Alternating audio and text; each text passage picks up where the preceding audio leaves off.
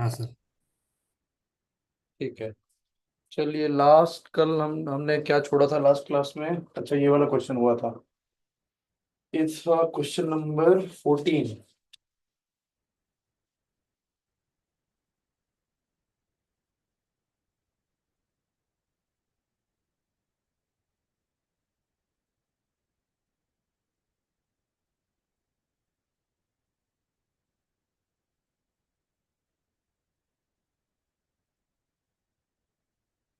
एक मिनट,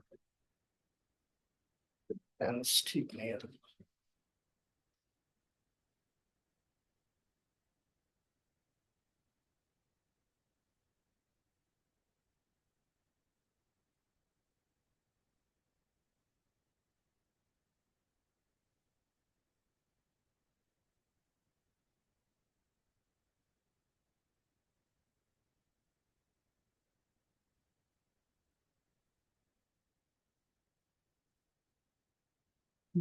अब थोड़ा बेटर हुआ होगा। हाँ, विजन। और डस्टी था शायद।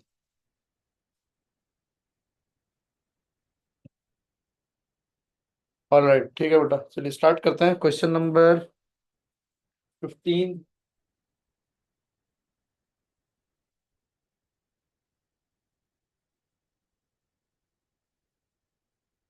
Late n greater than equal to 2 be an integer. Take n distinct points on a circle and join each pair of points by a line segment. n greater than 2।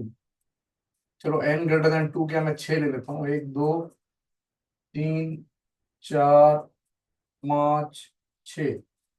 और ये कह रहा है हर एक point को एक दूसरे, मैंने n की वैल्यू 6 लिया, आप n ले सकते हो ऐसे देखे तो। हर एक पॉइंट को दूसरे पॉइंट से ज्वाइन करना है। मतलब basically number of lines will be NC2। इसको इससे भी ज्वाइन कर दिया हमने, इसको इससे भी करना है, इसको इससे भी करना है, इसको इससे भी करना है, ऐसे करके है।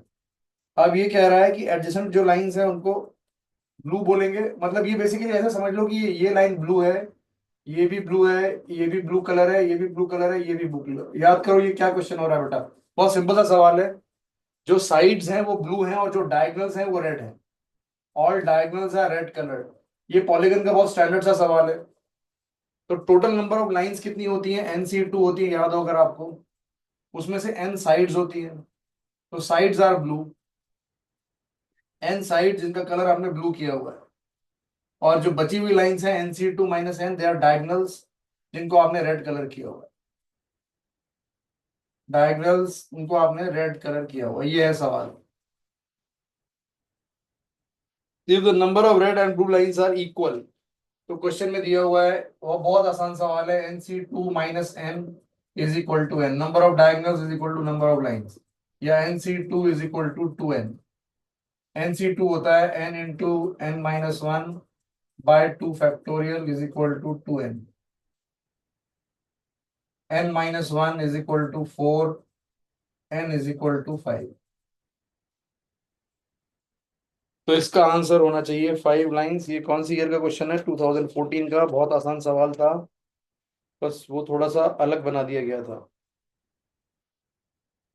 ठीक है। 15th क्वेश्चन, सॉरी, 15th का आंसर क्या होना चाहिए? 5। हाँ, ठीक है। चलिए, क्लियर है।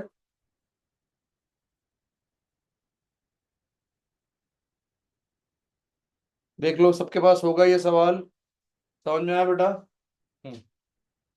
ठीक है। बहुत आसान था, समझने जैसा कुछ था नहीं इसमें। चलिए, इजी है। अगला क्वेश्चन देखते हैं।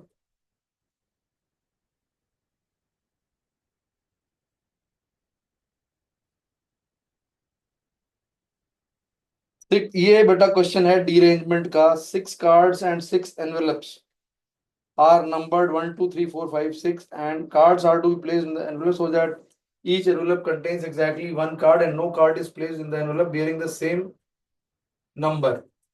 मतलब आपके पास 6 कार्ड्स हैं। कार्ड्स का नंबर है 1 2 3 4 5 6, और हर एक कार्ड का एक एनवेलप है। आप एनवेलप को आप गोल बना दो, चलो। या कार्ड को गोल बना दो, एनवेलप को बना दो। तो 1 2 3 4 5 6, ये मान लीजिए सर्कल वाले कार्ड्स हैं और ये रेक्टेंगल वाले एनवेलप्स हैं। तो ये कह रहा है कि हर एक कार्ड का एक एड्रेस है, इसको 1 को 1 में जाना है, 2 को 2 में जाना है, 3 को 3 में जाना है, इस सबका घर है ऐसे ही। बट ये कह रहा है कि कोई भी अपने घर में नहीं जाएगा, मतलब डिरेंजमेंट हो रहा है, but more over card number 1 is always in in in the envelope 2। तो जो 1 है वो 2 में जाएगा, बाकी कोई भी अपने सही घर में नहीं जाएगा। डीरेंजमेंट का क्वेश्चन है, 6 लोगों को अगर आपको डीरेंज करना है तो क्वेश्चन क्या होता है, अगर मान लो कंडीशन होती कि नहीं कोई भी अपने घर में नहीं जाएगा, तो फॉर्मूला याद करिए, 6 factorial 1/1 factorial, sorry 1/0 factorial, -1/1 factorial, +1/2 factorial, -1/3 factorial, +1/4 factorial, -1/5 factorial, +1/6 factorial. ये फॉर्मूला होता है 6 को डीरेंज करने का। तो ये जिसमें से ये दोनों कैंसिल हो जाएंगे, यहां से शुरू होगा 1/0 फैक्टोरियल, ये फॉर्मूला होता है, तो ये दोनों कैंसिल, 1 1 कैंसिल हो जाएगा, यहां से आएगा, तो ये आएगा 6 factorial factorial -6 factorial /3 factorial +6 factorial /4 factorial -6 factorial /5 factorial +6 factorial /6 factorial. तो ये कैंसिल होके 1 आएगा, ये 6 आएगा, तो -6 + 1 6 फैक्टोरियल, ये 6 × 5 4 फैक्टोरियल कैंसिल हो जाएगा, तो ये आएगा +30, ये आएगा 6 × 5 × 4 3 फैक्टोरियल कैंसिल हो जाएगा, ये आएगा 20 × 6 120, ये होगा 720/2, 720/2 हो जाएगा 360, 360 -120 240 +24 +1, ये आएगा 265। ठीक है, पहला पार्ट ये है कि आप इसको डीरेंज कर दोगे। अब इसका मतलब क्या है कि कोई भी अपने घर पे अगर नहीं गया है तो there are 265 ways of doing this. अब इसमें पॉसिबिलिटी क्या है, 1 1 को छोड़ के कहां जा सकता है, 1 can go to 2, 1 can go to 3, 1 can go to 4, 1 can go to 5, 1 can go to 6। ये सभी पॉसिबिलिटीज आपने कैलकुलेट की और उसका नंबर आ रहा है 265। कोई अपने सही में घर में नहीं गया, लेकिन ए 1 के साथ 5 पॉसिबिलिटी बनती है और ये पांचों इक्वली लाइकली है। मतलब सपोज करो अगर 2 में जाने के एक्स केसेस हैं, तो 3 में जाने के भी एक्स केसेस होंगे, 4 में जाने का भी एक्स केस होगा, 5 में जाने का भी एक्स केस होगा और 6 में जाने का भी एक्स केस होगा। तो this x + x + x 5x should be equal to 265। अब उसने बोला है कि 1 2 में गया है, तो यानी जस्ट आपको x कैलकुलेट करना है, तो x की वैल्यू हो जाएगी 265/5, 5 से ये जाएगा 5 टाइम्स 15 53, तो इसका आंसर बेटा होगा 53। क्लियर है क्या, डीरेंजमेंट पे अच्छा सवाल था, कैसे करना था समझ में आया। स्टैंडर्ड क्वेश्चन है, देख लीजिए। डीरेंजमेंट का फॉर्मूला यूज करना था, नंबर 1। नंबर 2, इस डीरेंजमेंट में क्या हो रहा है, कोई भी अपने घर में नहीं जा रहा है, तो 1 के साथ पॉसिबिलिटी क्या है, 1 गोज टू 2 3 4 5 6। 2 के साथ पॉसिबिलिटी क्या है, 2 छोड़ के बाकी किसी में जाएगा। 3 के साथ क्या पॉसिबिलिटी है, 5 में जाएगा। 4 अपना एक घर छोड़ के बाकी 5 में जाएगा, और सारे इक्वली लाइकली होंगे। तो बेसिकली 1 अगर 2 में जाता उसका केस, अगर और बाकी गलत गए होते तो ये एक्स केस होता, तो 1 3 में जाने का भी एक्स केस होता, ऐसे करके 5x बन जाता। इसकी वैल्यू 265 आएगी, डी अरेंजमेंट ऑफ 6 ऑब्जेक्ट्स। तो x की वैल्यू हो जाएगी 53, इसका आंसर होगा 53।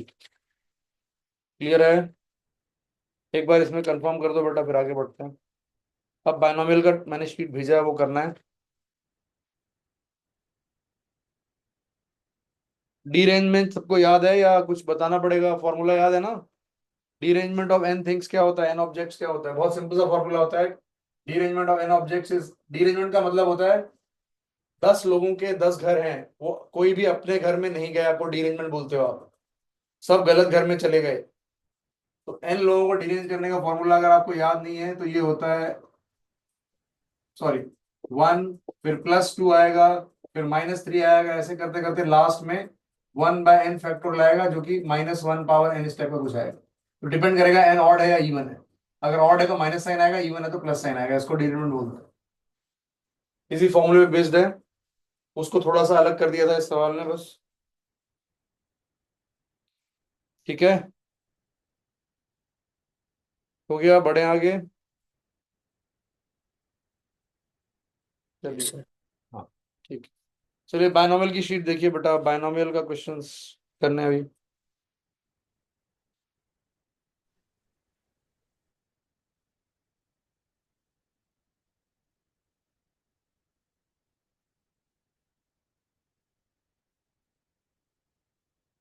बायनोमियल का फर्स्ट क्वेश्चन नहीं करेंगे, 2023 का बहुत स्टैंडर्ड क्वेश्चन है, बहुत बार हमने किया हुआ है ऐसा सवाल मेंस में भी। सीधा आपको जनरल टर्म लिखना है, लिख के फिर काम करना होगा, तो ये छोड़ के बाकी सारे अटेम्प्ट कर सकते हैं हम लोग अभी, ठीक है। तो चलो अभी जो प्रायोरिटी वाइज हम क्वेश्चंस करेंगे उसमें हमें यूज करना है बाइनो बाइनो सीरीज और बाइनो अरिथमेटिक और बाइनो हार्मोनिक। एक बार मैं रिवाइज करा देता हूँ कंसेप्ट,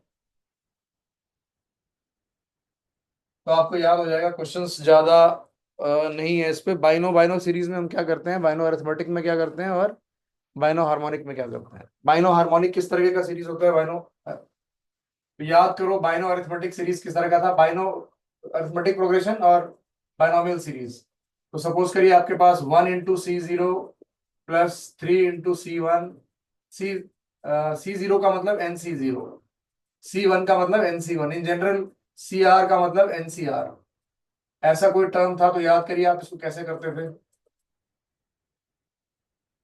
तो इसको हम कैसे करते थे, डिफरेंशिएशन से करते थे हम। क्या ये मेरा जनरल टर्म क्या हो जाएगा, आप चलो मान लो कि जनरल टर्म ये था, हम जनरली बाइनोमियल का कोएफिशिएंट स्टार्ट करते हैं CR XR से। CR XR is general term of 1 + x⁻n। अब सपोज करो मुझे एक सीरीज है जिसका जनरल टर्म है 7R + 1 CR। तो मैं क्या करता था इसको, मैं पहले यहाँ पे 7 लाता था। 7 कैसे लाता था, x की जगह x7 यूज करेंगे, मतलब आपने x की जगह x7 यूज कर लिया। फिर आप क्या करते थे, फिर इसको करते थे डिफरेंशिएट। इसको आप डिफरेंशिएट करते थे तो ये बन जाता था 7R CR, 7R CR x⁻7R-1। फिर आप 7R + 1 लाने के लिए क्या करते थे, मल्टीप्लाई बाय x। तो यहाँ आ जाता था 7R + 1 CR x⁻7R-1। फिर आप पुट कर देते थे R is equal to, sorry x को 1, तो x को 1 डाल देते तो आपके पास ये सीरीज आ जाता। तो बेसिकली आपने यहां से स्टार्ट किया, फिर आपने क्या किया, इसको डिफरेंशिएट किया, तो डिफरेंशिएट करने के बाद कुछ ऐसा आएगा। फिर आपने उसको उसको x से मल्टीप्लाई किया, फिर n × 1 + x⁻7 power n-1 into x कर दिया, और फिर लास्ट में आपने x को 1 पुट कर दिया। तो बाइनो अरिथमेटिक सीरीज में आप डिफरेंशिएट करते थे। मैं रिकॉल करा रहा हूँ, क्वेश्चन से मैं करूंगा तो बता दूंगा क्या मेथड यूज हो रहा है, आपको समझ में आ जाएगा उस समय। बहुत सारे इसमें 2-3 सवाल ऐसे मिलेंगे। उसके बाद आपका बेटा क्वेश्चन था कि बाइनो हार्मोनिक सीरीज अगर आती थी तो क्या होता था, आपको इंटीग्रेट करना होता था। सपोज करिए आपको दी हुई है series C0/1 + C2/3, sorry C1/2 + C2/3। तो यहाँ पे आपको, इसके लिए आपको पता होना चाहिए कि अगर मैं x⁻n को इंटीग्रेट करता हूं फ्रॉम 0 to x, तो ये आता है x⁻n+1/n+1। तो अगर मैंने इंटीग्रेट किया फ्रॉम 0 to 1 x⁻n को dx को, तो आ जाएगा 1, x की वैल्यू 1 हो जाएगी, 1/n+1 आ जाएगा। तो ये वाला काम कैसे होगा, आप लिखोगे पहले 1 + x⁻n dx का एक्सपेंशन, सॉरी पहले ये लिखोगे is equal to C0 + C1x + C2x² so on till CN xN। फिर उसके बाद आप क्या करोगे, इंटीग्रेट कर दोगे इसको फ्रॉम 0 to 1। तो अगर आप इधर 0 to 1 इंटीग्रेट करेंगे, 0 to 1 dx, 0 to 1 dx, 0 to 1 dx, तो इधर आपकी सीरीज आ जाएगी। ये C0 आ जाएगा, प्लस C1/2 आ जाएगा, प्लस C2/3 आ जाएगा, ऐसे करते करते CN/n+1 आ जाएगा। लेकिन ये तो क्वेश्चन है और उसका आंसर मिलेगा आपको इसको इंटीग्रेट करके। तो ये इंटीग्रल होता है 1 + x⁻n+1/n+1 इंटीग्रेशन फ्रॉम 0 to 1। तो x की वैल्यू 1 डालेंगे तो आएगा 2 × n+1, और 0 डालने पे आएगा 1 × n+1/n+1। तो आंसर हो जाएगा 2 × n+1 -1/n+1। ये इंटीग्रेशन से आता है बाइनो हार्मोनिक सीरीज। और आखिरी होता है एक बाइनो बाइनो सीरीज, जिसमें आप क्या करते हो, एक का एक्सपेंशन लेते हो एक्स के लिए और दूसरा 1/x लेते हो। तो सपोज करिए अगर आपको सीरीज चाहिए, रिकॉल कराने के लिए बता रहा हूँ बस मैं, ये मेथड आपको पता होने चाहिए। आपको चाहिए C0 C2 plus C1 C3 plus C2 C4 so on till Cn-2 Cn, ये दो का गैप है। तो आप क्या करेंगे, 1 + x⁻n का एक्सपेंशन लिखेंगे, C0 plus C1x plus C2x² plus C3x³ so on. और फिर x की जगह 1/x डाल के आप दूसरा लिखेंगे expansion, C0 plus C1/x plus C2/x² plus C3/x3 plus C4/x4 so on.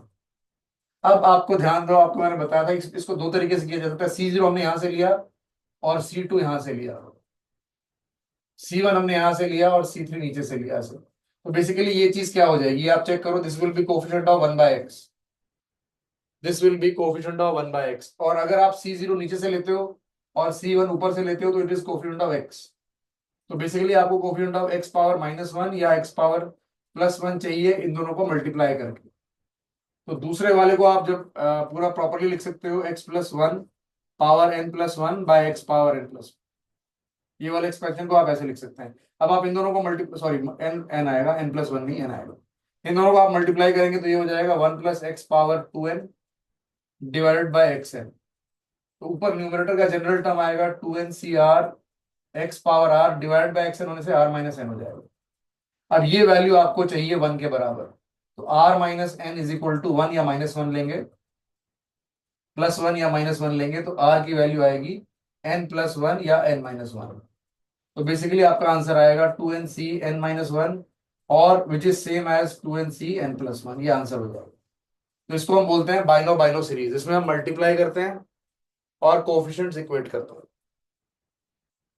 ठीक है, अब इस चीज को रिकॉल करने के लिए आराम आराम से एक सवाल करेंगे, बहुत आसान सवाल है, लेकिन आपको क्लियर होना चाहिए कि इसमें हमें बाइनो बाइनो सीरीज लेनी थी या जो भी अरिथमेटिक सीरीज लेनी थी। तो सबसे पहला क्वेश्चन बेटा हम ट्राई करेंगे इसमें, क्वेश्चन नंबर 4।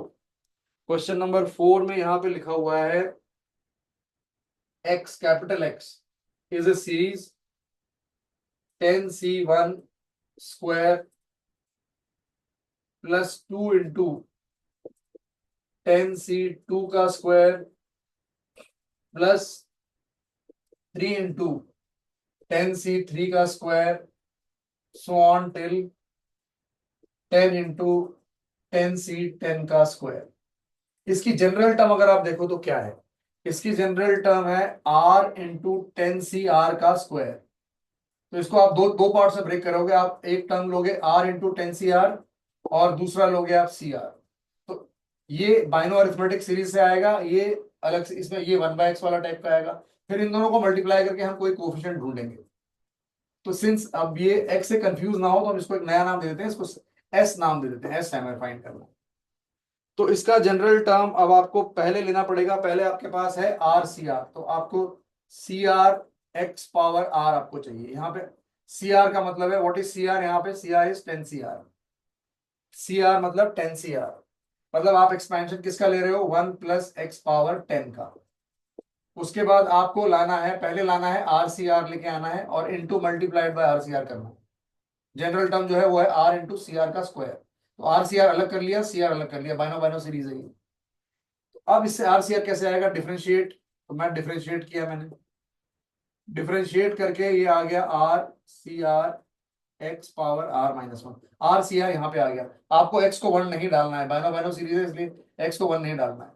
तो आप यहां से स्टार्ट करेंगे और इसको डिफरेंशिएट करेंगे, तो 1 + x⁻10 लिखेंगे और उसको डिफरेंशिएट करेंगे। तो व्हाट इज 1 + x⁻10, ये है C0 + C1x। C1 का मतलब बेटा 10C1, 10C1 को मैं C1 लिख रहा हूँ, 10C2 को मैं C2 लिख रहा हूँ, ऐसे हो रहा है। तो C1x + C2x² + C3x³ so on till C10x10।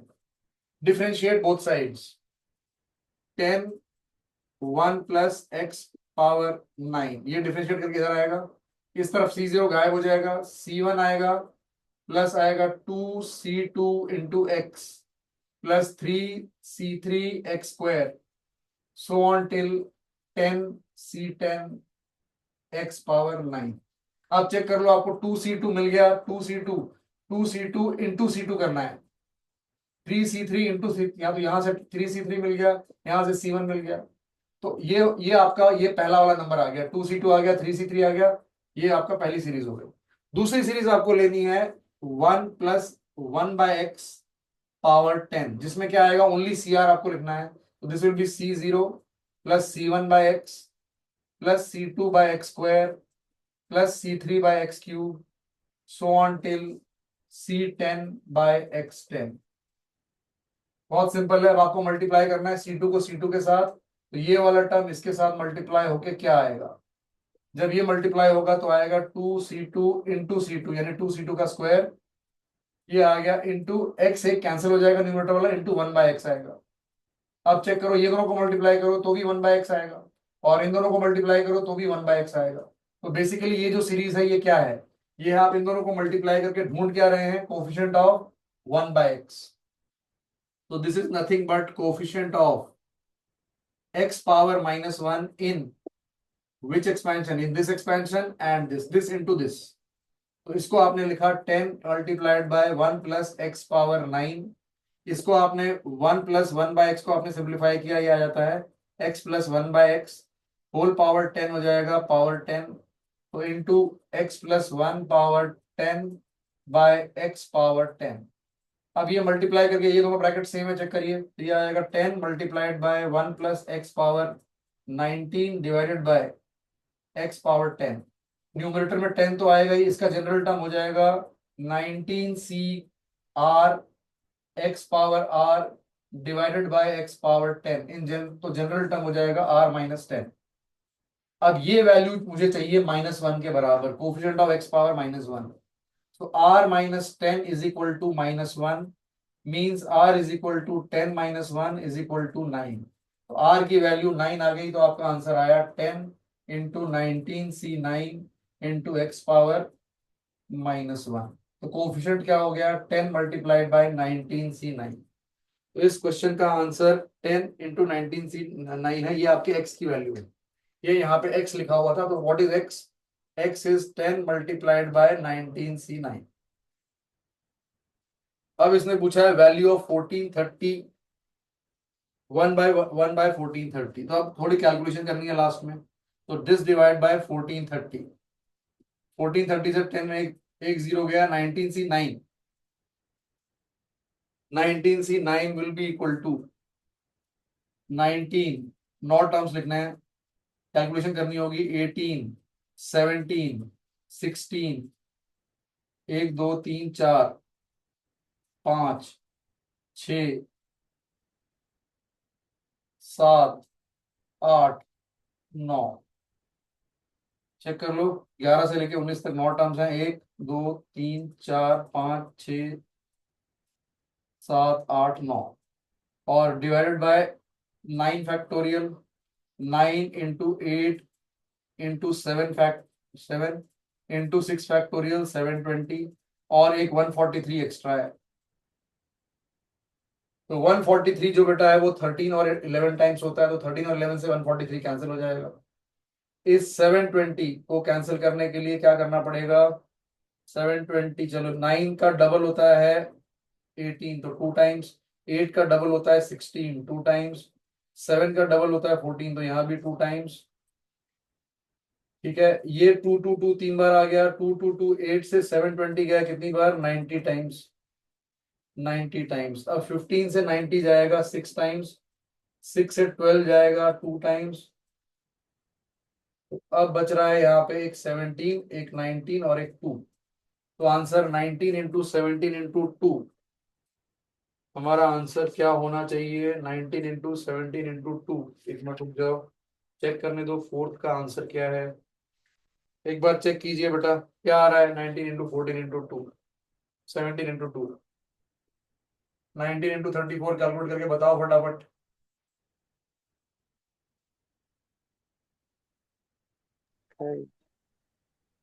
कितना, 646। यस 646 है आंसर। क्या ये क्लियर है? ये मैंने आपको बताया था कि बहुत आसान सवाल होते हैं, इस पे बिल्कुल डायरेक्ट फॉर्म, इस तरह के फॉर्म आते हैं एडवांस में। इंटीग्रेशन डिफरेंशिएशन का बहुत यूज होता है। ठीक है, सॉल्यूशन आपको अलग अलग तरीके से मिलेंगे हर जगह, बट आप अगर ये बाइनो अरिथमेटिक बाइनो अरिथमेटिक में डिफरेंशिएशन इंटीग्रेशन का काम कर लोगे तो आपको ज्यादा सोचना नहीं पड़ेगा। बाइनो। सर एक बार रिपीट करो ना। हाँ, क्या रिपीट करना है बेटा बताइए। चलिए, आपको आपको ये समझ में आया जनरल टर्म क्या है? ये बाइनो बाइनो सीरीज है, ये क्लियर है? हाँ सर। आपने C1 को क्या लिखा? C1 स्क्वायर ऐसे लिखा, 2C2 को आपने स्क्वायर को आपने ऐसे लिखा, 3C3 स्क्वायर को आपने ऐसे लिखा। तो बेसिकली आपको दो टर्म चाहिए, एक एक में आपको ये वाली सीरीज चाहिए, एक में आपको ये वाली सीरीज चाहिए। तो C0 C1 जो दूसरी वाली सीरीज है वो सिंपल है, वो इससे आ जाएगी। ये क्लियर है क्या? जिसमें x की जगह 1/x डालते हैं स्टैंडर्ड मेथड बाइनो बाइनो सीरीज में। संकेत, दूसरा वाला यहां से आएगा ना।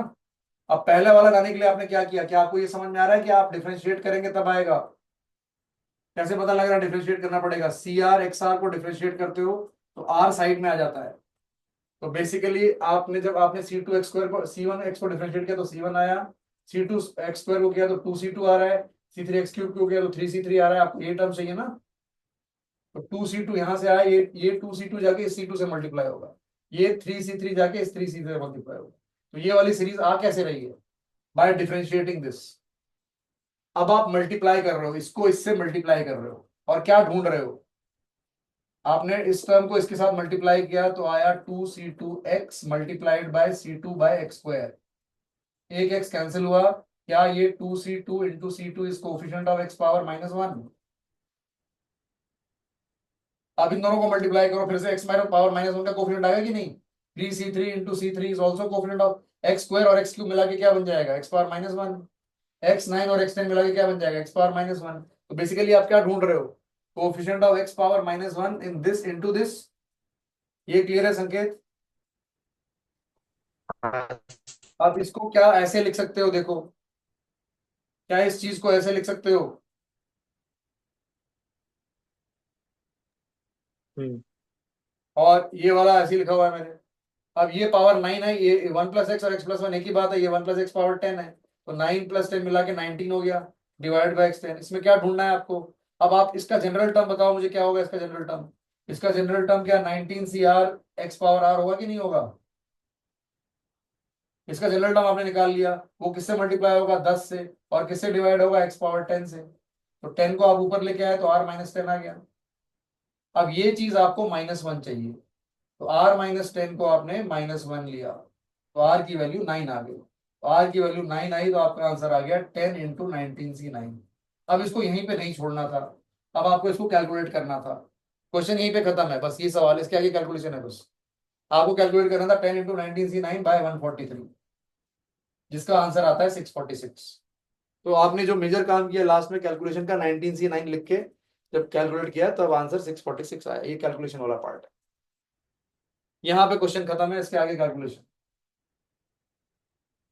ठीक है, कैलकुलेशन समझने की जरूरत नहीं है, कैलकुलेशन तो आती है आपको।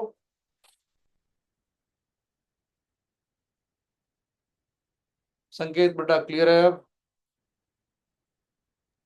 हाँ सर। चलिए ठीक है।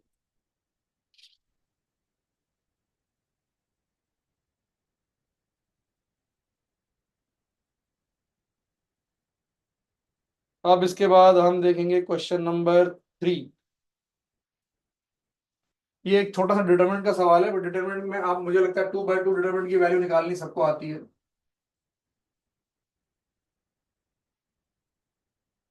बेसिकली क्वेश्चन एक डिटरमिनेंट के फॉर्म में दिया हुआ है। मैं पहले ही बता देता हूँ कि अगर आपको, आपने ये पढ़ रखा है डिटरमिनेंट ऑफ ABCD क्या होता है, ये सबको पता है। ये होता है AD - BC। अब ए जो है समेशन के फॉर्म में दे रखा है, बी भी समेशन के फॉर्म में, CB और DB। ए है वो क्या दिया हुआ है? ए दिया हुआ है आपको सिग्मा के 0 to 1 के, तो ये है nothing but, sorry, 0 to N। ये 1 + 2 + 3 till N। तो ये हो जाएगा n into n plus one by two. अच्छा b अब आपको जो दिया हुआ है, b में बायनोमियल थ्योरम का यूज है। b है सिग्मा एन सी के स्क्वायर के इक्वल टू 0 to n। ये मैंने अभी जो पढ़ाया आपको वही चीज है ये आपको दो बार डिफरेंशिएट करना पड़ेगा। अब बेसिकली हम फेमिलियर होते हैं आर से, तो जो मैंने आर लिखवाया वैसे ही लिख लो। यहाँ पे आर की वैल्यू डाल दो 0 to n, और ये है nothing but N C R into R square, या C R into R square है ये। अभी मैंने आपको बताया था सी आर एक्स आर से स्टार्ट करना है, मतलब 1 + x⁻n से स्टार्ट करेंगे, फिर क्या करेंगे, डिफरेंशिएट करेंगे। तो डिफरेंशिएट करेंगे तो क्या बन जाएगा, ये बन जाएगा आर सी आर x⁻r−1। ठीक है, अब आपको एक बार और डिफरेंशिएट करना पड़ेगा, तो ये वाला टर्म यहाँ पे आएगा, लेकिन डिफरेंशिएट करने से पहले यहाँ पे दोबारा आर चाहिए। तो आप क्या करोगे, मल्टीप्लाई बाय एक्स करोगे। मल्टीप्लाई बाय एक्स करोगे तो ये बन जाएगा आर सी आर x⁻r। फिर आप डिफरेंशिएट कर देंगे तो ये दूसरा आर भी साइड में आ जाएगा, तो ये r into r, r square c r x⁻r−1 आ गया, और फिर लास्ट में आप पुट कर दोगे x को 1। तो बेसिकली स्टेप सारे यहां से क्लियर कीजिए, इससे आंसर आ जाएगा। 1 + x⁻n आपने पावर n लिया आपने, उसको आपने डिफरेंशिएट किया, तो डिफरेंशिएट करने पे ये बन गया, पहला स्टेप था differentiate. Then he says multiply by x, तो अब आपने मल्टीप्लाई बाय एक्स कर दिया। अब फिर से डिफरेंशिएट करना है इसको। डिफरेंशिएट करने पे यहाँ पे प्रोडक्ट रूल यूज होगा। प्रोडक्ट रूल यूज होगा तो या पहले n को एज इट इज लिखेंगे, इसका डेरिवेटिव लेंगे, सॉरी n और x को वैसे लिख लो, x को भी वैसे लिख लो। इसका डेरिवेटिव हो जाएगा n-1 1 + x n-2 plus n into x का डेरिवेटिव लेना पड़ेगा, x का डेरिवेटिव 1 होगा, तो n इंटू x का derivative which is 1 into 1 + x⁻n-1, ये आ गया। और लास्ट में पुट करना है x को 1। अब आप x को 1 डाल दो, तो यहाँ पे आ जाएगा n इंटू n-1, ये x 1 हो गया, इसको लिखने की जरूरत नहीं है। 1 + 1 2 ^ n-2 plus n into 2 ^ n-1। अब n, ये 2 ^ n-2 और इंटू 2 भी लिख सकते हो यहाँ पे। तो ये आप इसमें से n और 2 ^ n-2 कॉमन ले लीजिए, तो बचेगा n इंटू 2 ^ n-2 लिखने के बाद यहाँ बचता है n-1 और वहां बचता है 2n।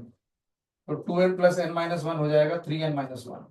तो n into 3n-1 into 2 ^ n-2।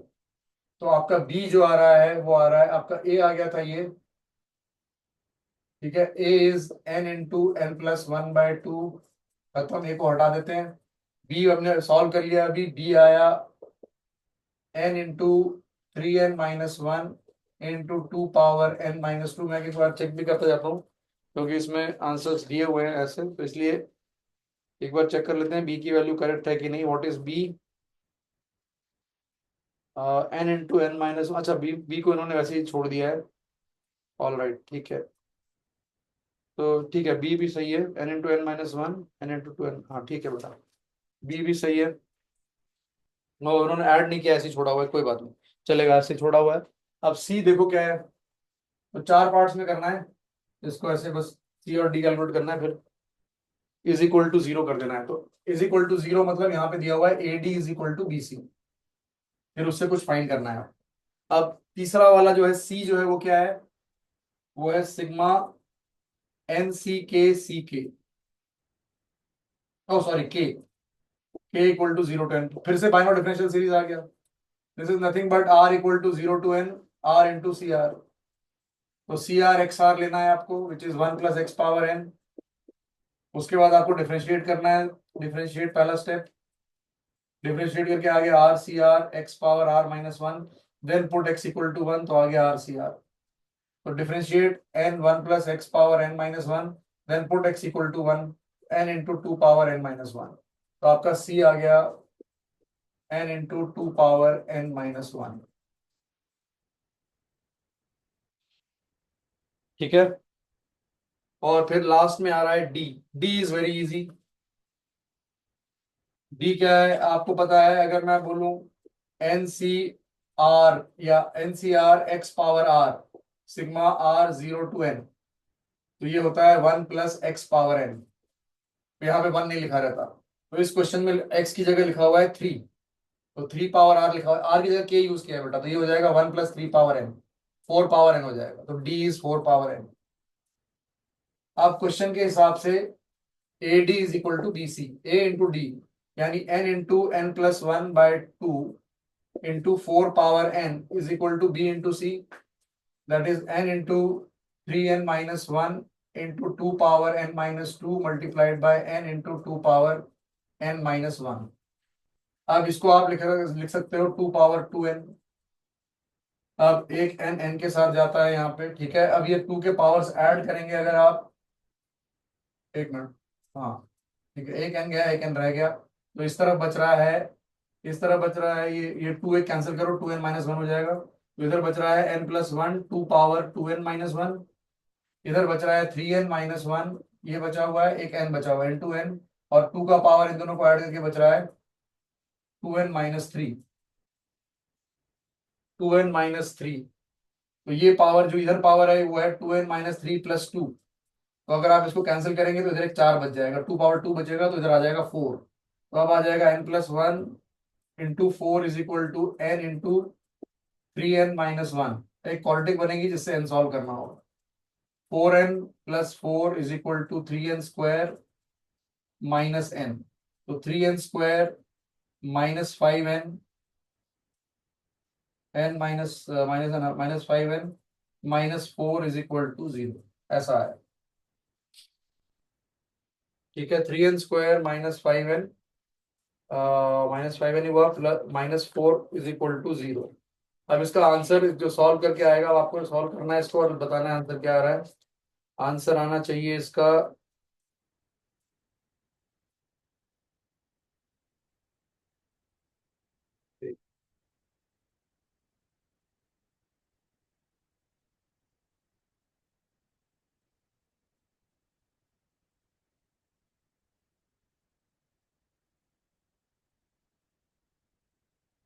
पहले एबीसीडी चेक कर लेते हैं, तो 4 पावर n आया, ये ठीक है।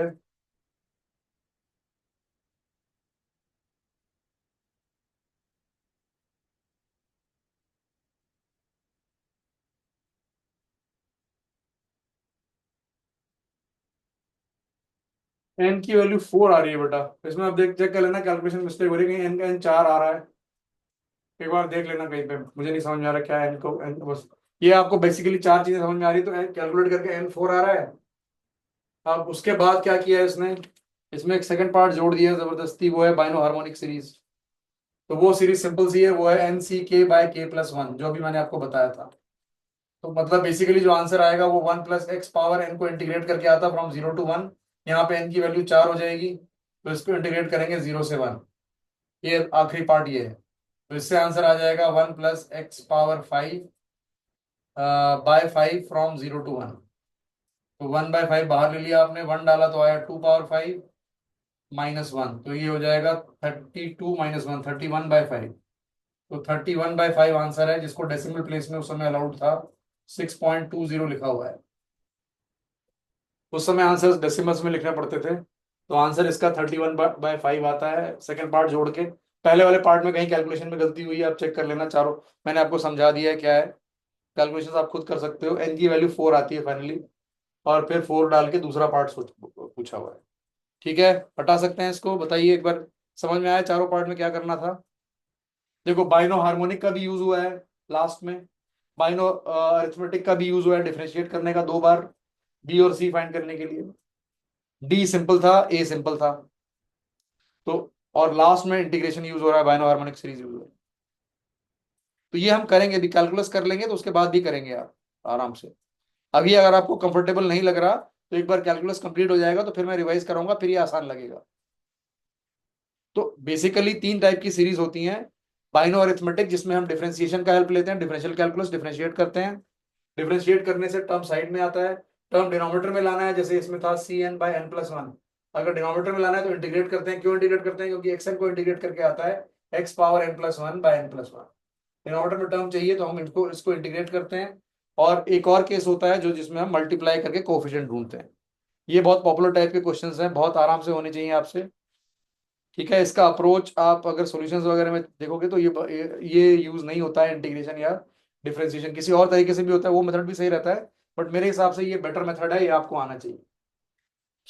ठीक है, दूसरा वाला मेथड भी है अलजेब्रा वाला भी, मैं उस पर फोकस ही नहीं करता हूँ क्योंकि इसमें आपको चॉइस दूंगा तो आप फिर उससे करोगे, तो चाहो तो कर सकते हो, लर्न कर सकते हो, वो भी डिस्कस कर लेंगे हम बाद में। बट ये सिंपल मेथड होते हैं, आसानी से हो जाता है।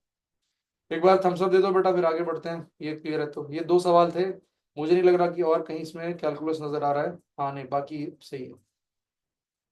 ठीक है, चलिए।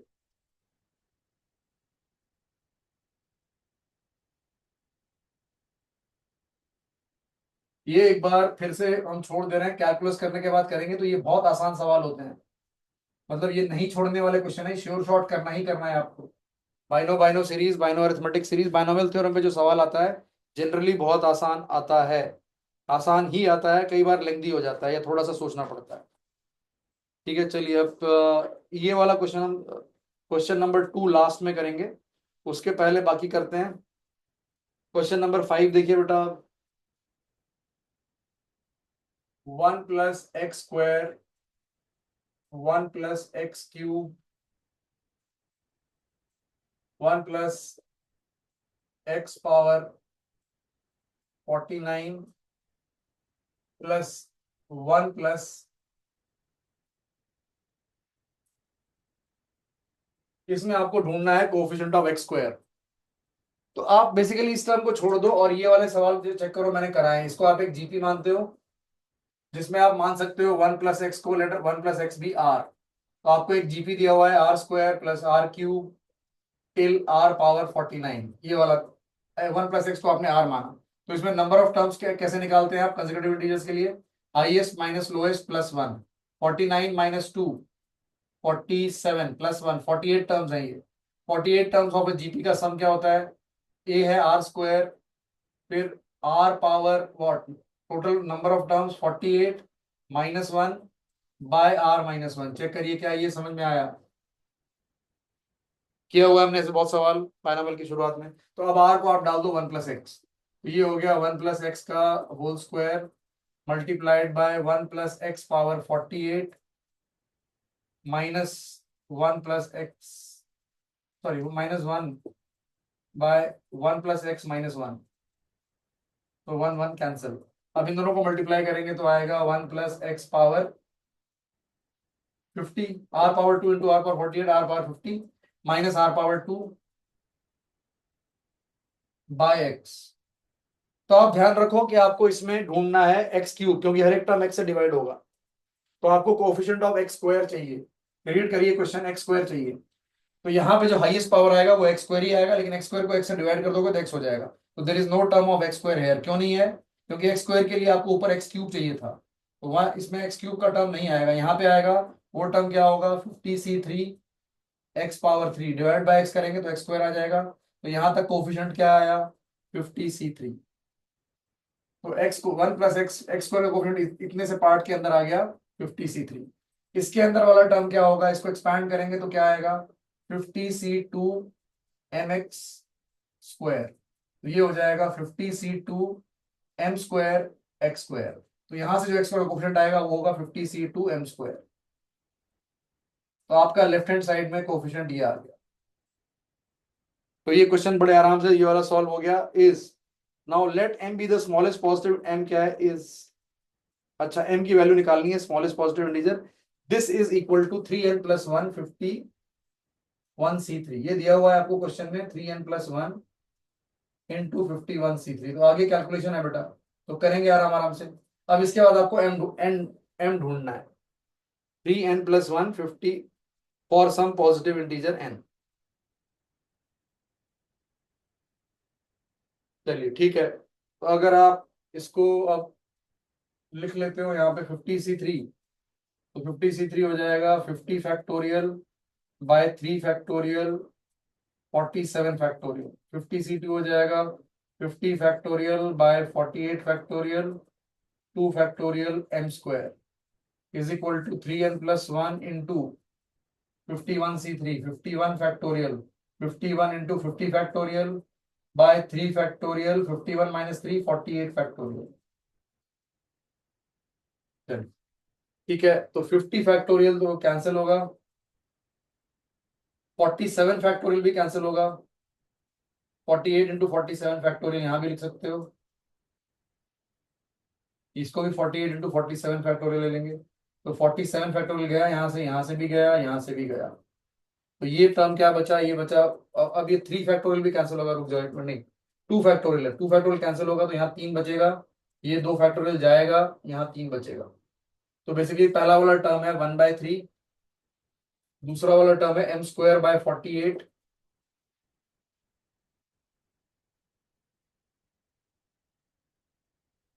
और फिर is equal to 3n+1, 51 numerator में है, डिनोमिनेटर में 3 है एक, तो 3 इंटू 51 17/48 इंटू 17/48, ये। अब इसको अगर हम 48 से मल्टीप्लाई कर देते हैं तो इंटू 48/3, ये 16 हो जाएगा। तो 16 + m² is equal to 3n+1 into 17। तो इसको अगर ओपन करते हैं तो 16 + m² is equal to 51n+17। अब आ रहा है आपका ये m² is equal to 51n+1। अब आपको देखना है कि ये 51n+1 एक परफेक्ट स्क्वायर कब आता है। तो आप इसको हिट एंड ट्रायल से कर सकते हो। अगर n की वैल्यू में 1 डालता हूं तो 52 not a perfect square, n equal to 2 डालूंगा तो क्या आएगा, 102 + 1 103 नॉट अ परफेक्ट स्क्वायर, 3 डालूंगा तो 51 इंटू 3 153, सॉरी, हाँ 153 + 1 154 नॉट अ परफेक्ट स्क्वायर, 4 4 से आएगा 4 और 205, अगेन परफेक्ट स्क्वायर नहीं है। 5 5 से आएगा 255 + 1 256 is a perfect square. n equal to 5 पे ये परफेक्ट स्क्वायर आ रहा है। n इक्वल टू 5 पे क्या आ रहा है, m² इज इक्वल टू 256, तो m की वैल्यू 16 आ रही है। ये था सवाल, लास्ट में हिट एंड ट्रायल करना है, 1 2 3 ट्राई करते जाएंगे, तो 5 सबसे छोटी वैल्यू 5 पे ये होल स्क्वायर बन जाएगा, ये 256 बन जाएगा जो कि 16 का स्क्वायर होता है। तो इसमें n फाइंड करना था, नॉट m। एक मिनट चेक कर लेते हैं, हाँ। Then the value of n is, answer 5 होना चाहिए इसका, n इज 5। ठीक है, n इज 5, m नहीं पूछा था बेटा, अगर m पूछा होता तो 16 आंसर होता। क्लियर है क्या? ऐसे सवाल हमने बहुत काफी किए हुए हैं, लास्ट में थोड़ा सा सोचने का काम किया, कैलकुलेशन करने के बाद लास्ट में थोड़ा सोचना है बस। ठीक, चलिए ये हो गया। अब अगला question 6th।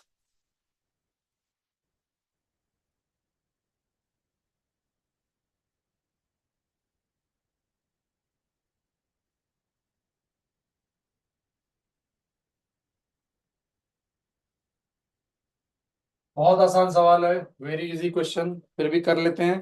Question, coefficient of x⁻9, आपको ढूंढना है x⁻9 in 1 + x multiplied by 1 + x² multiplied by 1 + x, sorry x, हाँ 1 + x³ 1 + x4 1 + x5 1 + x6 1 + x7 1 + x8 1 + x9। यहाँ पे आके रुक जाओ, आगे के ब्रैकेट मेरे काम के नहीं है, पहले ये सोचना है कहाँ तक जा रहा है ये, पावर 100 तक जा रहा है, लेकिन इसके आगे के पावर मेरे काम के क्यों नहीं है, क्योंकि मुझे x⁻9 चाहिए बस।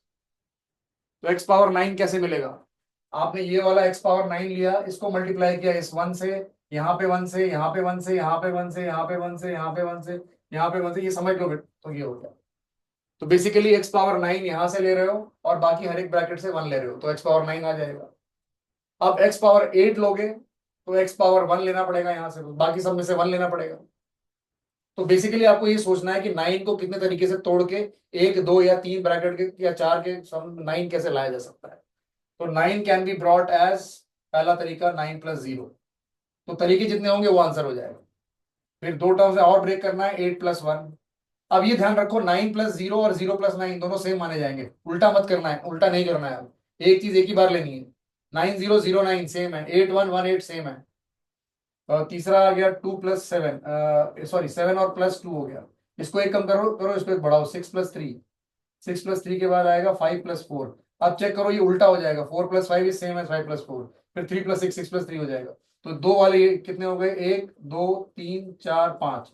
तो पहले दो टर्म्स में आपने ब्रेक किया, ये 5 केसेस बन गए। अब 9 को तीन टर्म्स में कैसे ब्रेक कर सकते हो, तीन पावर्स में कैसे ब्रेक कर सकते हो? तो जीरो नहीं, आप जीरो तो नहीं लोगे, तो जीरो लोगे तो दो ही वाला आ जाएगा। तो मान लो आपने 1 लिया, 1 के साथ आपको 8 चाहिए, 8 कैसे आ सकता है, 1+2+6, 1 के साथ 8, तो 1+2 को मैंने 2 की जगह 3 किया तो 3+5, 1+3 को मैंने 4 किया तो 4+4, 4+4 इज नॉट पॉसिबल, कोई भी चीज रिपीट नहीं हो सकती। अब 4 के बाद मैंने 5 किया तो फिर से 5 3 आ जाएगा, फिर से 2 6 आ जाएगा। तो तीन वाले पार्ट में ये दो आंसर आ रहे हैं, ये 5 हो गए, ये दो हो गए। अब चार कैसे ब्रेक कर सकते हो, चार में चाहो तो ब्रेक कर सकते हो। अब इसमें कुछ और पॉसिबिलिटी है क्या, चेक करना। 2 6 8 आ सकता है, 2 6 से, ओ 2+3+4। 7 1 से नहीं आ सकता, एक रिपीट हो जाएगा। ठीक है, 8 आ सकता था, 7 1 से, 2 6 से, 3 5 से, 4 4 नहीं हो सकता। 7 1 क्यों नहीं आएगा, क्योंकि एक ऑलरेडी पहले से है आपके पास, इसलिए वो हमने नहीं लिया। उसके बाद 4 4 आएगा, फिर उल्टा हो जाएगा, यही दो होंगे और कुछ भी आएगा। चलिए अब इसको एक और बढ़ा सकते हो, 2+3+4। 1 की जगह 2 कर सकते हो, 2 के साथ आपको 7 चाहिए, 7 कैसे आएगा, 3+4। वेरी गुड, 3+4, क्योंकि 1+6 आप ऑलरेडी ले चुके हो, तो ये एक और आ जाएगा 3+4। इसके बाद तीन लोगे तो 6, 6 4 2 नहीं, 6 में नहीं होगा, ये तीन केस बनेंगे इसके ये तीन केस बनेंगे। और अगर हम सबसे छोटे पावर्स लेते हैं, 1+2+3+4, तो उनका सम आता है 10, इसलिए चार टर्म्स का सम 9 आ ही नहीं सकता, अलग अलग टर्म्स का सम। इसलिए ये दो केस हो गए, बस ये गिनना था, 5 ये, 3 ये, कोई आंसर है इसका 8। क्लियर है बेटा, बताइए। बहुत आसान सवाल था, एडवांस के हिसाब से आंसर इसका 8 है। आया समझ में। 9 को कैसे तोड़ना है, दो तरीकों, कोई भी चीज रिपीट नहीं होगी, क्योंकि आपका हर एक पावर एक ब्रैकेट एक ही बार है, हर एक टर्म एक बार है, इसलिए कोई 1 1 नहीं हो सकता, 2 2 नहीं हो सकता, 3 3 नहीं हो सकता, डबल नहीं हो सकता, और उल्टा नहीं करना है। मतलब एक बार एक जो आपने ले लिया 1 इसका परम्यूटेशन नहीं करना है, ये कॉम्बिनेशन है। तो अगर आपने एक बार 1 2 6 ले लिया, तो आप 2 6 1 इस तरह के 6 परम्यूटेशन नहीं करेंगे, एक बस खत्म। 9 0 का 0 9 नहीं करेंगे, 8 1 का 1 8 नहीं करेंगे, तो ऐसे आपने आपको गिनना था। क्लियर है, हाँ आ गया समझ में। ठीक।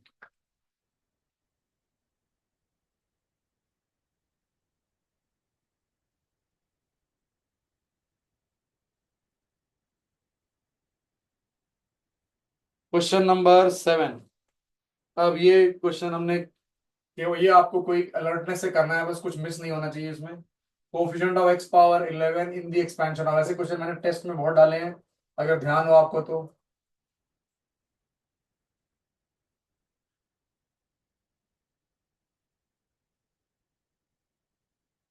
क्या इसको डिस्कस करना है, अगर कोई भी यस बोलता है तो करते हैं, नहीं तो छोड़ भी सकते हैं, बताइए। ट्राई कर सकते हो या करना है डिस्कस, बताओ। करना है। करना है, ओके ठीक है, बताओ। ऑल राइट, x पावर 11 चाहिए। अब 1+x² पावर 4 को अगर एक्सपैंड करो तो क्या क्या आएगा, 1+4c1x², 4c1x² हो जाएगा 4x², 4c2 6 x² का स्क्वायर x4, 4c3 फिर से 4 x² का क्यूब x6, और फिर लास्ट में आएगा x² पावर 4 दैट इज 8। तो ये सारे पावर जो हैं ये 11 से छोटे हैं, तो पहला ब्रैकेट ये हो गया। अब दूसरा ब्रैकेट भी लिख लो आप, दूसरा ब्रैकेट क्या है, ये वाले, इसमें 60 टर्म्स आएंगे। क्या क्या टर्म्स होंगे, 1+7c1 x³ +7c2 x³ का पावर 2,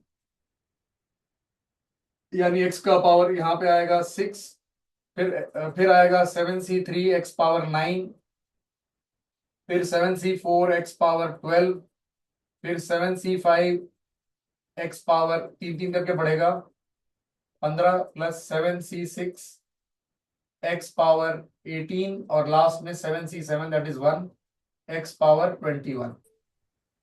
यह है बेसिकली। इसमें 11 से आगे के पावर काम के नहीं है, तो 11 के आगे के power they are useless for us, तो ये सब हटा देंगे हम।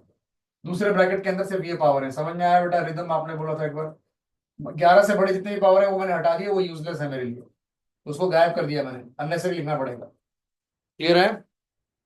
ठीक है, तो ये ब्रैकेट आ गया काम का, ये वाला ब्रैकेट भी आ गया, अब ये वाला बचा हुआ है। तो ये है 1 plus 12c1 x4 plus 12c2 x8 plus 12c3 x12 आ जाएगा, विच इज यूजलेस, 11 से बड़ा है, तो इसमें सिर्फ 3 टर्म्स काम के। अब आपको सोचना है इसमें कैसे पावर्स हैं। इसमें पावर्स हैं 3, 6, 9 और 0। 0 सब में है, x पावर 0, इसमें सारे इवन पावर्स हैं, इसमें भी सारे इवन पावर्स हैं।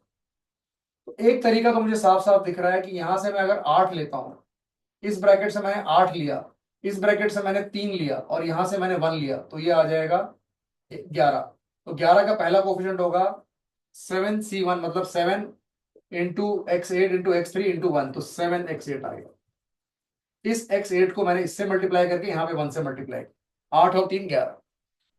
ठीक है, अब 8 का और कोई यूज नहीं है, 8 और 4 यहाँ पे 12 हो रहा है, 8 और 8 16 हो रहा है, तो ये बेकार हो गया हमारा, ये 8 का पावर चला गया। अब मान लो यहां से आप 6 लेते हो, तो यहां से 6 लेते हो तो यहां से 9 नहीं ले सकते, यहां से 6 ले सकते हो, तो अब इस 6 के साथ आप क्या क्या ले सकते हो सोचो। इस 6 के साथ आप ये 3 लेते हो मान लो, या पहले 6 से स्टार्ट करते हो, 6 के साथ 6 लेते हो तो 12 हो जाएगा, पॉसिबल नहीं है। 6 के साथ 3 लेंगे तो 6 और 3 9 हो जाएगा, तो यहां से 2 लेना पड़ेगा, तो यहाँ पे 2 है ही नहीं, कहानी खत्म। ठीक है, तो 6 के साथ अब मैंने 1 लिया यहाँ से, तो 6 बन गया। यहाँ 5 चाहिए मुझे, 5 भी नहीं है यहाँ पे, तो 6 की कहानी भी खत्म, x8 की कहानी खत्म, x6, ऐसे एक एक करके सबकी कहानी खत्म कर दे यार। अब आप ये 7x3 है, ठीक है, ये 7c2 कितना हो जाएगा? 7c2 अगर चाहिए होगा आपको तो चलो अभी अभी तो रहने दो, 7c2 रहने देते हो। ठीक है, यहां से मैं 4 लेता हूं, तो क्या पॉसिबिलिटी है? 4 के साथ मैंने 6 लिया तो 10 होगा, 10 के लिए, लेकिन यहाँ पे 1 चाहिए, यहाँ पे 1 है ही नहीं, तो ये 4 को 6 के साथ नहीं ले सकते हैं। 4 को 3 के साथ लिया तो 7 हो जाएगा, 7 और 4 11 हो जाएगा, 4 3 4, दिस 4 प्लस दिस 3, 7 7 और 4 11, यहाँ पे 6, यहाँ पे 7, यहाँ पे 12, 12 इंटू 7 इंटू 6, कैलकुलेट करिए बेटा जल्दी से, बताइए फटाफट क्या आ रहा है नंबर ये। तो पहला वाला 7 आया, उसके बाद उसमें हम एक और नंबर, ये वाला नंबर ऐड करेंगे, कितना आ रहा है ये? 126। 126। ये 2 काम खत्म हो गए हमारे। अब ये 6c4 के साथ अगर मैंने 1 लिया तो यहाँ 5 चाहिए, सॉरी 7 चाहिए, जो कि नॉट पॉसिबल, इसका काम भी खत्म हो गया।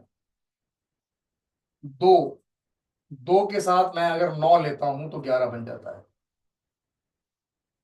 2 और 9 11, और यहाँ पे 1, तो 7c3 इंटू 4, 7c3 हो जाएगा 7 into 6 into 5 by 3 factorial, that is 6, 35, 35 into 4 140,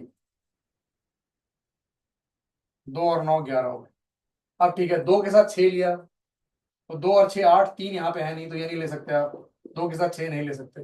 2 के साथ 3 लिया तो 2 और 3 5, 5 और 6 से 11 बनता है, यहाँ पे 6 नहीं है, तो ये भी नहीं ले सकते आप। 2 के साथ 1 लेते तो यहाँ 9 चाहिए था, 9 नहीं है यहाँ पे, तो 2 का काम भी खत्म हो गया। अब आ जाओ, इस एक यहाँ से 1 लेना है, तो अब इसको हटा दो, अब इन दोनों से सोचना है इसका काम। हाँ, कैलकुलेशन 504 आता है सर, 42 × 12।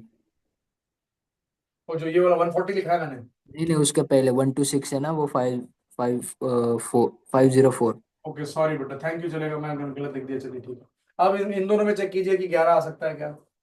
इन दोनों में यहाँ 3 है, यहाँ 8 है, तो ये 11 आ सकता है। तो 12c2 इंटू 7, पहले वाले ब्रैकेट का काम खत्म हो गया, निपट गया वो। 7 इंटू 12c2, तो 7 इंटू 12 इंटू 11/2, कितना होगा बेटा ध्रुव, एक बार फिर से बताइए, ये कितना आएगा?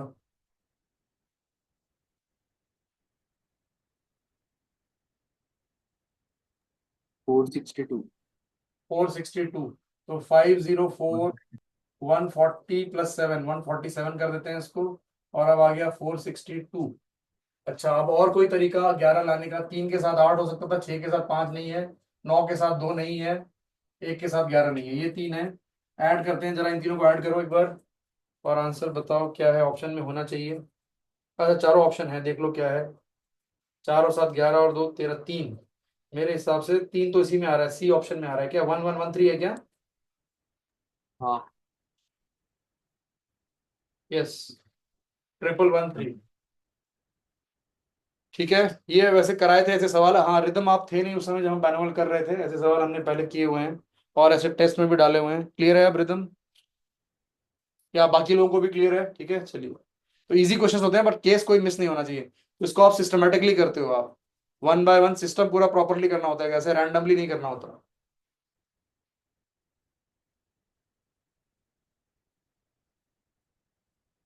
तो ये इजी क्वेश्चन है, बस इसमें केस मिस होने का डर होता है, लेकिन अगर आप सिस्टमेटिकली करेंगे तो केस मिस नहीं होगा।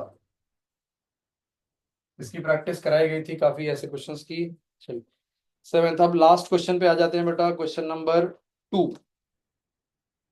अब क्वेश्चन नंबर 2 ध्यान से करेंगे। ये सबसे पहले आपको एक चीज दी हुई है, F of M N P, उसको सिंप्लीफाई करना है।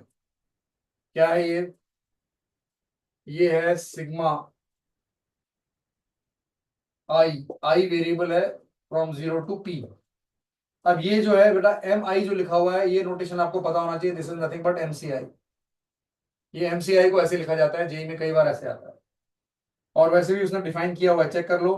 क्वेश्चन में उसने शुरुआत में लिख दिया है कि एस आर क्या होता है। S R is S factorial by R factorial S minus R factorial when R is less than equal to S, और आर ग्रेटर देन एस के लिए 0 होता है। तो it is nothing but factorial की डेफिनेशन है ये, सॉरी एनसीआर की डेफिनेशन है, एस सी आर। ठीक है। अब पहले एफ एन पी करेंगे, उसके बाद दूसरे वाले पार्ट पे आएंगे। तो एफ एन पी बेसिकली दिया हुआ है M C I multiplied by N plus one C P, sorry N plus I C P, N plus I C P, one कुछ भी नहीं है यहाँ पे, P plus N C P minus I. अब इस टर्म को आपको प्रॉपरली लिखना है यूजिंग फैक्टोरियल नोटेशन, और याद रखो कि सिर्फ आई जो है वो वेरिएबल है। तो यही है सबसे इंपॉर्टेंट पार्ट, इसको मैनिपुलेट कर लेंगे तो काम हो जाएगा। एम सी आई होगा बेटा M factorial by I factor, मैं बड़े आराम आराम से कर रहा हूँ इसको ताकि आपको समझ में आ जाए। एम माइनस आई फैक्टोरियल, ये आपने ये लिख लिया फॉर्मूला यूज करके। N plus i factorial p factorial, n plus i में से पी माइनस करेंगे तो एन प्लस आई माइनस पी फैक्टोरियल, ये आ जाएगा। फिर n plus p factorial by p minus I factorial. आप एन प्लस पी में से पी माइनस आई सब्ट्रैक्ट करेंगे तो माइनस पी प्लस आई हो जाएगा, तो एन प्लस आई फैक्टोरियल हो जाएगा। और सारे टर्म्स में से बस ये एक वाला टर्म, ये कैंसिल हो रहा है, और तो कुछ कैंसिल नहीं हो रहा, नहीं और कुछ कैंसिल नहीं हो रहा, तो ये कैंसिल हो रहा है। और आई आपका यहां बच रहा है, यहां पे भी बच रहा है, यहां पे भी बच रहा है। ठीक है। अब इस आई फैक्टोरियल को, इसको हम, इसको अभी नहीं छिड़ते, यहाँ पे रुक जाओ। अभी यहाँ पे इन दोनों को ऐड करो बेटा, इन दोनों को ऐड करके देखो क्या होता है।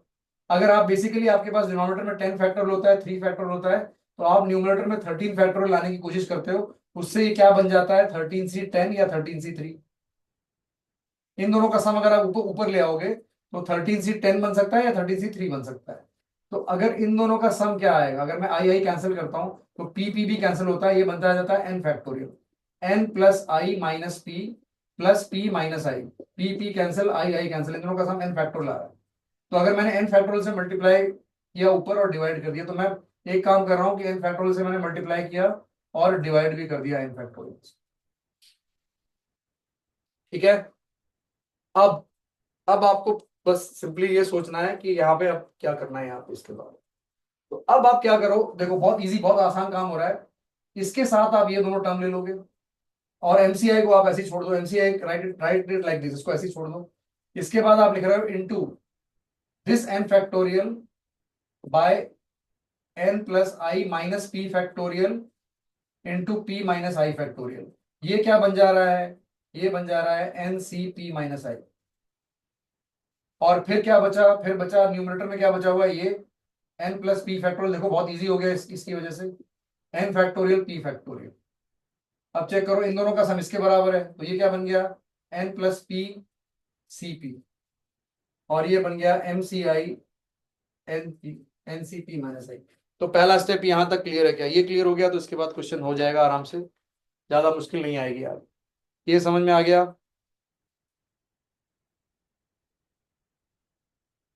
और चेक कीजिए वेरिएबल आई सिर्फ इन दोनों में है, मतलब this can be taken outside, क्योंकि वेरिएबल जो है वो आई है, तो इसके हिसाब से ये कांस्टेंट हो गया, और कांस्टेंट वाली चीज समीशन के बाहर जा सकती है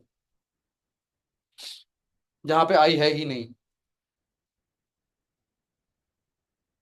हाँ बेटा एक बार थम्स अप दीजिए फिर आगे बढ़ते हैं, क्लियर है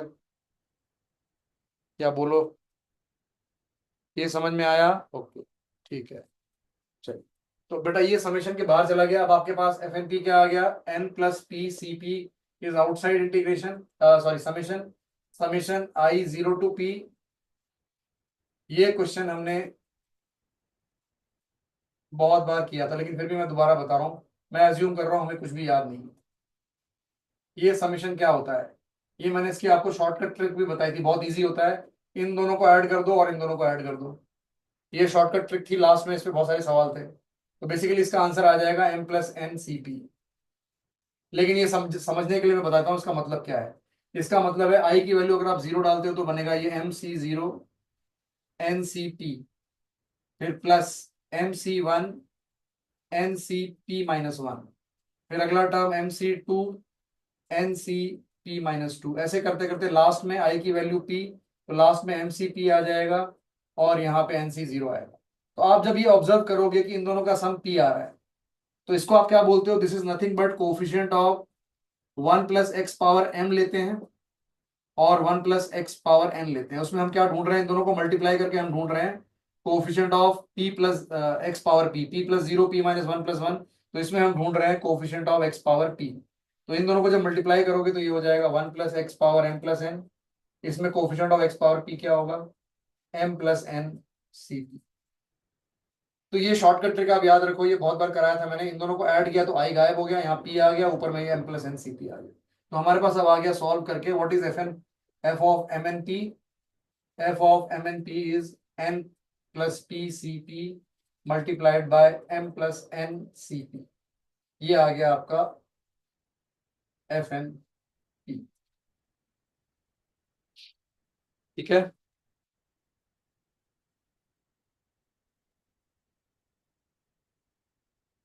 ये आपका f of M N p आ गया।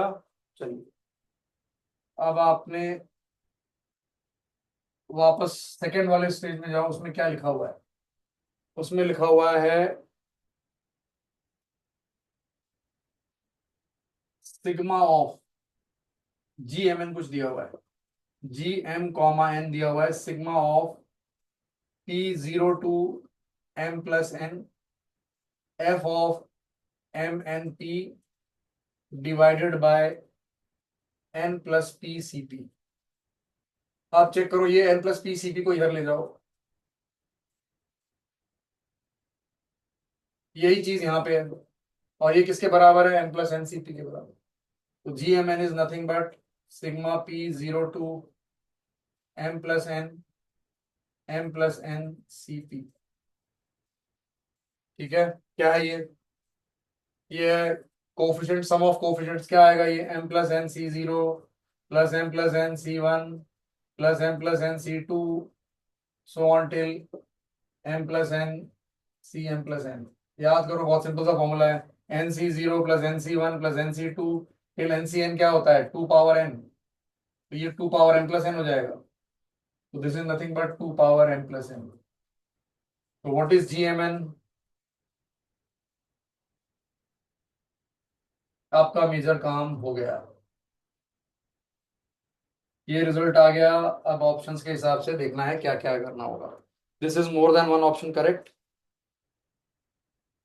ठीक है। अब ऑप्शंस चेक करेंगे, ये जीएमएन आ गया,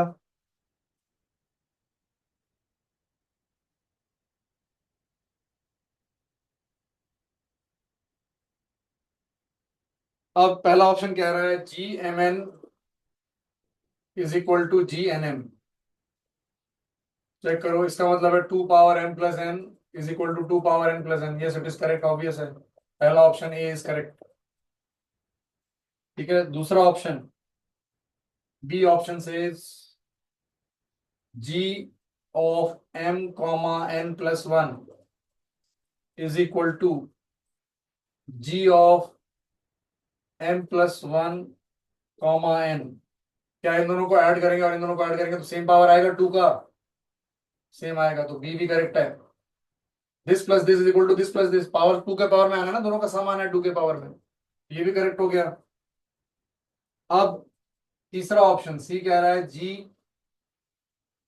2m 2n is equal to 2 times GMN। Check करेंगे, ये हो जाएगा 2 का power 2m plus 2n is equal to 2 multiplied by g power 2m plus n। Power अगर ऐड करोगे 1 भी तो m प्लस n प्लस 1 आ जाएगा, तो ये पावर और ये पावर अलग अलग है, तो दिस इज नॉट करेक्ट। फिर तीसरा डी ऑप्शन है g 2m comma 2n is square of GMN। तो ये हो गया 2 पावर 2m प्लस 2n और ये हो गया 2 पावर m प्लस n का स्क्वायर। पावर्स गेट मल्टीप्लाइड, तो डी भी correct. Correct options A B D.